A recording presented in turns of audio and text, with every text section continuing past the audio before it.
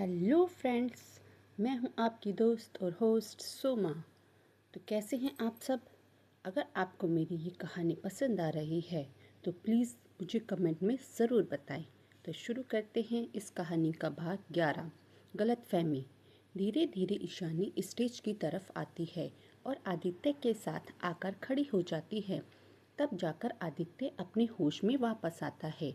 ईशानी तो अब भी इस बात से अनजान थी कि उसके साथ और कोई नहीं आदित्य खड़ा है, क्योंकि उसने अपनी नज़रें झुका रखी थी। सभी मेहमान बारी बारी से आकर इस नई जोड़ी को अपनी शुभकामनाएं और आशीर्वाद देते हैं। ईशानी ने एक बार भी अपनी नज़रें ऊपर नहीं उठाई। थोड़ी देर बाद लाइट्स ऑफ हो गई और म्यूजिक बजने लगा। सभी कपल्स डांस कर रहे थे। तभी सैम स्टेज पर आकर आदित्य और ईशानी को डांस फ्लोर पर ले आता है। दोनों के डांस फ्लोर पर आते ही सब जोर जोर से तालियां बजाने लगे। तभी एक रोमांटिक सॉन्ग बजता है। आदित्य ईशानी की कमर पर हाथ रखकर उसे अपने करीब कर लेता है। आदित्य के ऐसा करते ही ईशानी अपनी नज़रें उठाकर ऊपर देखती है तो देखती ही रह जाती है। सामने आदित्य खड़ा उसे ही देख रहा था। ईशानी को तो समझ ही नहीं आता कि यह सपना है या हकीकत। क्या सच में उसने सामने आदित्य ही खड़ा है? आदित्य ईशानी को लेकर डांस करने लगता है। ईशानी तो इतना शॉक्ड हो जाती है कि उसे पता ही नहीं चलता कि वह कौन से डांस स्टेप कर रही है। आदित्य जैसे जैसे उसे मूव कर रहा था, ईशानी कठपुतली की तरह वैसे ही मूव हो रही थी। जब सभी ने जोरों से तालियां बजाई तब जाकर ईशानी अपने होश में वापस आई और उसे यकीन हुआ कि यह कोई सपना नहीं, वाकई वह आदित्य के साथ है। मतलब उसकी शादी आदित्य से हुई है। यह सोचते ही ईशानी का मन किया कि वह खुशी के मारे जोर से चिल्लाए, मगर उसने अपनी आवाज़ अपने गले में ही दबा ली। खुशी के मारे ईशानी के पेट में तितलियां उड़ने लगी। जिस इंसान से वह प्यार करती है और उसके साथ जिंदगी बिताने के सपने देख रही है, वह तो अब उसका जीवन साथी बनकर उसी के साथ यही खड़ा है। यही सब सोचकर ईशानी का चेहरा शर्म से लाल हो गया।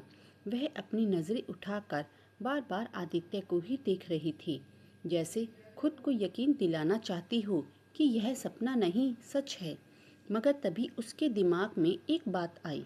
उसे वह मैसेज याद आता है जो आदित्य ने उसे भेजा था, जिसमें आदित्य ने लिखा था कि वह इस शादी से खुश नहीं है, क्योंकि वह किसी और से प्यार करता है। यह याद आते ही ईशानी की सारी खुशी छूमंतर हो गई। वह सभी तितलियां जो उसके पेट में उड़ रही थी, पेट से बाहर निकलकर आसमान में उड़ गई। ईशानी को समझ नहीं आ रहा था कि वह हंसे या रोए। एक तरफ उसका प्यार था और एक तरफ उसके प्यार की खुशी। वह फिर से अपने भगवान से शिकायत करती है और अपने मन में कहती है, क्या भगवान जी, यह कैसा इम्तिहान है?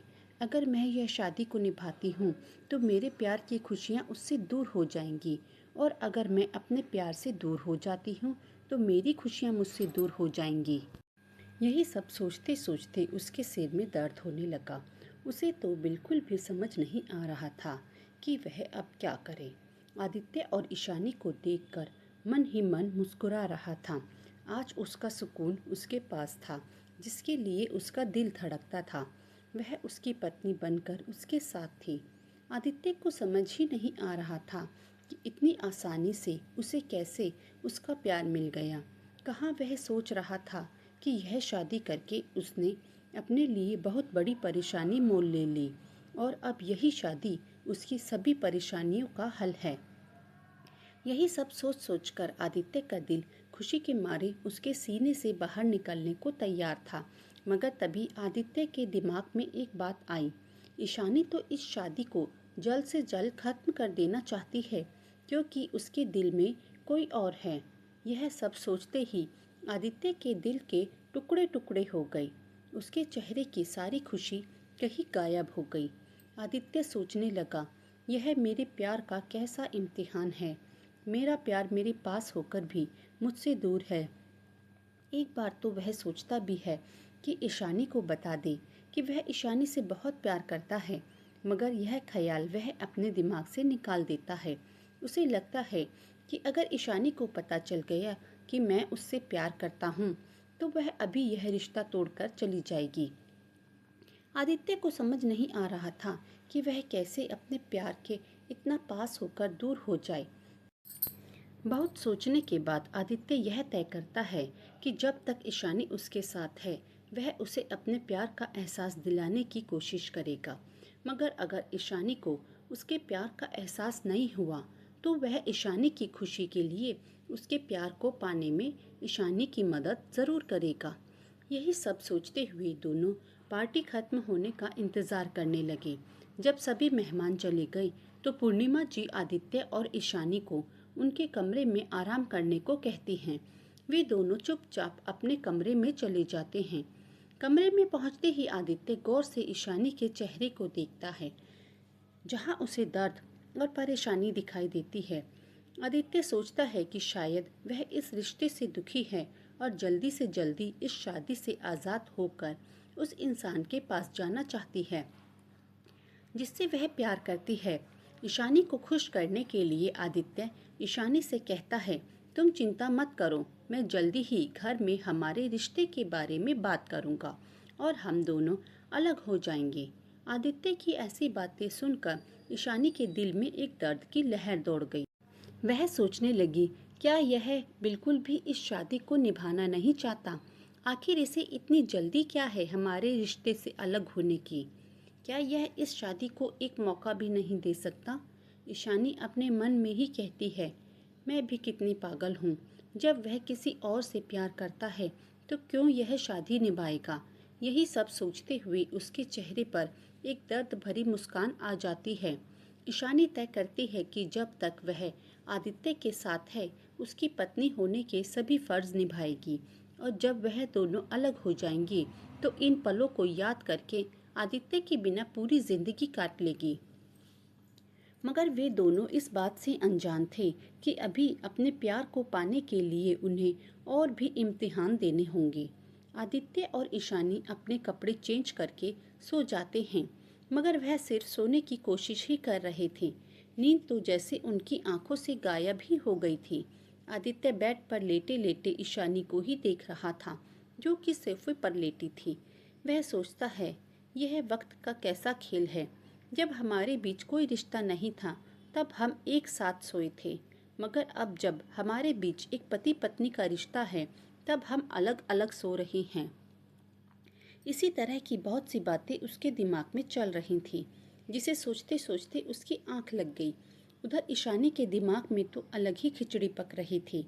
वह सोचती है, अगर आदित्य यह रिश्ता नहीं निभाना चाहता तो कोई बात नहीं, मैं इस रिश्ते को पूरी ईमानदारी से निभाऊंगी, मगर कभी उसे अपने प्यार का एहसास नहीं होने दूंगी। मैं धीरे धीरे आदित्य से एक दूरी बना लूंगी ताकि जब वो और मैं अलग हों तो मुझे ज़्यादा दुख ना हो। मैं अपना प्यार तो नहीं पा सकी, मगर आदित्य को उनका प्यार ज़रूर मिलेगा। अगर घर वालों ने हमें अलग नहीं होने दिया तो मैं खुद ही उनकी ज़िंदगी से दूर चली जाऊंगी। यही सब सोचते सोचते उसे पता ही नहीं चला कि कब उसे नींद आ गई और वह गहरी नींद में सो गई। सुबह जब ईशानी की आंख खुलती है तो वह देखती है कि आदित्य कमरे में नहीं है। वह सोचती है कि जरूर आदित्य चले गए होंगे, इसलिए वह बाथरूम में नहाने चली जाती है। ईशानी जब बाथरूम से बाहर आती है तो उसने साड़ी नहीं पहन रखी थी। ईशानी सोचती है वह कमरे में ही साड़ी पहन लेगी, क्योंकि बाथरूम गीला था और बाथरूम गीला होने के कारण उसकी साड़ी भी गीली हो जाती। इसलिए वह बिना साड़ी पहने ही बाथरूम से बाहर आ गई। मगर वह यह नहीं जानती थी कि उसी समय आदित्य भी कमरे में आ जाएगा। जैसे ही ईशानी बाथरूम से बाहर आकर साड़ी पहनने लगी, तभी अचानक दरवाज़ा खुला और आदित्य कमरे में आ गया। इस वक्त आदित्य की टी शर्ट पसीने के कारण उसकी बॉडी से चिपकी हुई थी, क्योंकि वह एक्सरसाइज करके आया था। आदित्य ने आते ही अपनी टी शर्ट उतारकर साइड में रख दी, मगर तभी उसका ध्यान ईशानी की तरफ गया। ईशानी आदित्य को देखते ही एकदम से घबरा गई। वह अपनी साड़ी उठाकर फौरन बाथरूम की तरफ भागी, मगर इस जल्दबाजी के कारण उसका पैर साड़ी में ही फंस गया और वह गिरने लगी। तभी आदित्य ने उसे अपनी बाहों में संभाल लिया। इस वक्त ईशानी आदित्य की बाहों में थी और आदित्य के हाथ ईशानी की खुली कमर पर। आदित्य के हाथों का स्पर्श पाते ही ईशानी के दिल में हलचल होने लगी। वहीं ईशानी को अपने इतना करीब देखकर आदित्य के दिल की धड़कनें भी तेज हो गईं। दोनों ही एक दूसरे की आंखों में देख रहे थे। ईशानी अभी अभी नहा कर निकली थी, इसलिए वह एक खिलते गुलाब की तरह लग रही थी। आदित्य तो बस ईशानी को देखता ही रह गया। थोड़ी देर दोनों ऐसे ही एक दूसरे की आंखों में खोए रहे। फिर आदित्य धीरे धीरे ईशानी को सीधा खड़ा करता है। ईशानी शर्म से अपनी नजरें झुका लेती है। वह अब भी आदित्य के बहुत करीब थी और आदित्य के चौड़े सीने को देखकर उसके कान गर्म होने लगे और शर्म से उसके गाल लाल हो गए। आदित्य जब ईशानी को ऐसे शर्माता हुआ देखता है तो उसके चेहरे पर हल्की सी मुस्कुराहट आ जाती है। आदित्य ईशानी से कहता है, तुम आराम से यहाँ कपड़े पहन लो, मैं दूसरे बाथरूम में चला जाता हूँ। यह कहकर आदित्य फौरन वहाँ से चला जाता है। ईशानी को अब भी अपने दिल की धड़कनों को संभालने की कोशिश कर रही थी। आदित्य के जाने के बाद वह अपने दिल पर हाथ रख लेती है और कहती है, एक ही कमरे में साथ रहकर मैं कैसे इनसे दूर रहूंगी। वहीं दूसरी तरफ आदित्य वॉशरूम में शावर के नीचे खड़ा था। शावर का ठंडा पानी उसके शरीर पर पड़ रहा था। आदित्य अपने दिल में हो रही बेचैनी को शांत करने की कोशिश कर रहा था, मगर ईशानी की वह भीनी भीनी खुशबू जैसे उसके दिल और दिमाग पर छा गई हो। वह सोचता है, हम दोनों पति पत्नी हैं, फिर भी एक दूसरे से दूरी बनाकर रखते हैं। बहुत मुश्किल है अपने प्यार पर हक होते हुए भी उससे दूर रहना। क्या यह दोनों साथ रहते हुए भी एक दूसरे से दूरी बना पाएंगे या हो जाएगा इन दोनों के बीच प्यार का इकरार? जानने के लिए पढ़िए इस कहानी का अगला भाग। तो दोस्तों, कैसा लगा आपको इस कहानी का आज का पार्ट? अगर आपको मेरी यह कहानी पसंद आ रही है तो प्लीज़ मेरी वीडियो को लाइक करें और मेरे चैनल को सब्सक्राइब करें। आज की रिकॉर्डिंग में थोड़ी डिस्टर्बेंस के कारण मैं आपसे माफ़ी चाहती हूँ।